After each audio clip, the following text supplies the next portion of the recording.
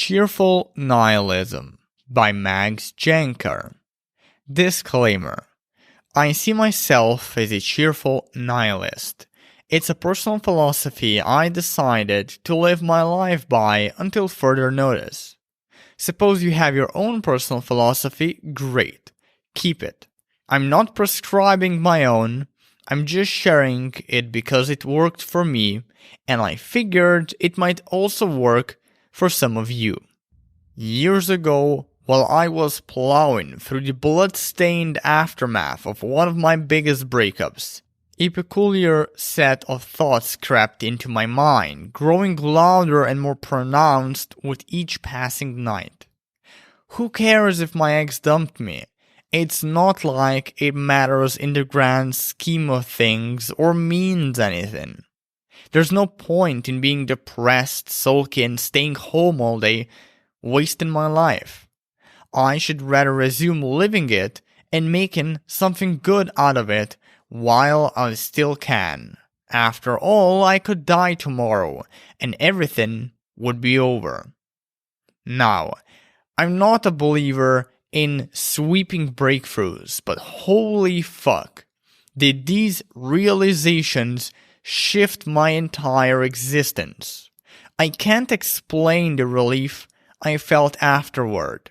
Realizing my life is meaningless, and that there is no point in taking anything too seriously was, in the words of Wendy Sinfret, one of the most comforting revelations of my life. I had just discovered nihilism. Historically, nihilism never had a cheerful reputation. At its heart, it's a belief that existence is intrinsically meaningless and devoid of value, that our purpose and worth are made up, that there is no absolute moral or ethical values like honesty and loyalty, and systems like religion and politics, and that we are nothing but specks of cosmic dust swirling around a cold and indifferent space rock. I get that all of this sounds depressing as shit, but there is actually a sunny side to nihilism that most people overlook. A side that can make you feel better after a breakup or just about any setback or challenge. First, if everything you are and who you will be will eventually wilt away and die, there's no point in sulking over your breakup, feeling sorry for yourself, and missing out on life. Like, why waste time? Why bother? At best, you are but a flash of light between two ends of never-ending blackness, so you might as well pick yourself up and live out this flash of light as actively and bravely as you can. You only get one life. Second, if there are no moral or ethical values or systems, you don't have to be pressured to be a certain way. You aren't required to do anything other than be the person that you want to be. In a way, nihilism sets you free. For example, instead of being upset and feeling inferior because your best friend has a loving relationship and you don't, it helps you realize that you don't need a loving relationship to be worthy in the first place. You can simply decide you are worthy at any moment, under any circumstances. Third, since your existence is pointless, and anything you do and become essentially doesn't matter when taking the entire scope of human history into context, you don't have to overwhelm yourself with stuff like a breakup.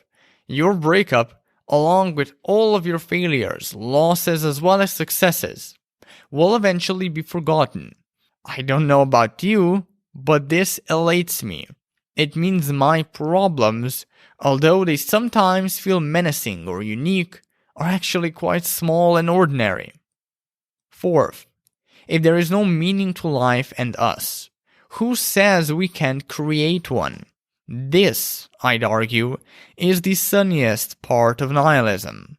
The annihilation of meaning drives the creation of meaning. We get to decide what matters, what we value and find meaningful, and what takes precedent. If we apply this theory to heartbreak, we can conclude that a breakup is inherently just a shitty thing that happens to us. It doesn't mean anything. But through meaning creation, we can weave a narrative around it that leads to empowering and positive outcomes.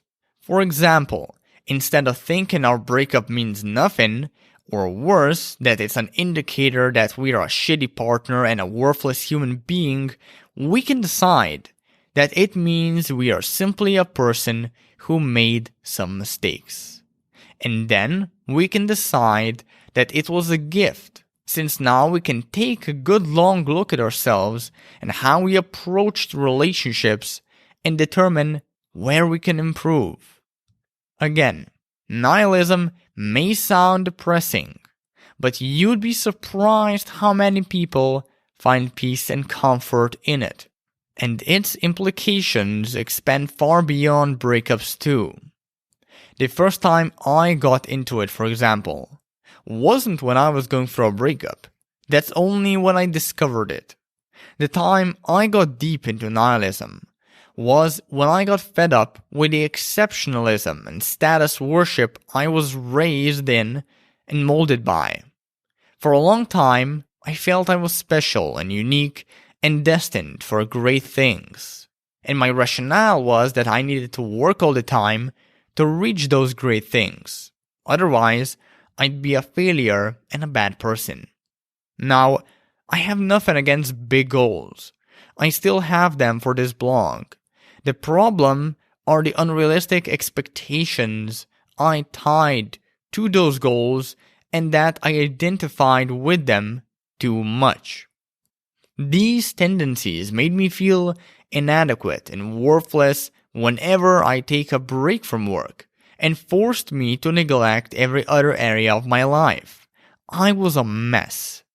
Alas, such are the struggles of being engrossed in exceptionalism.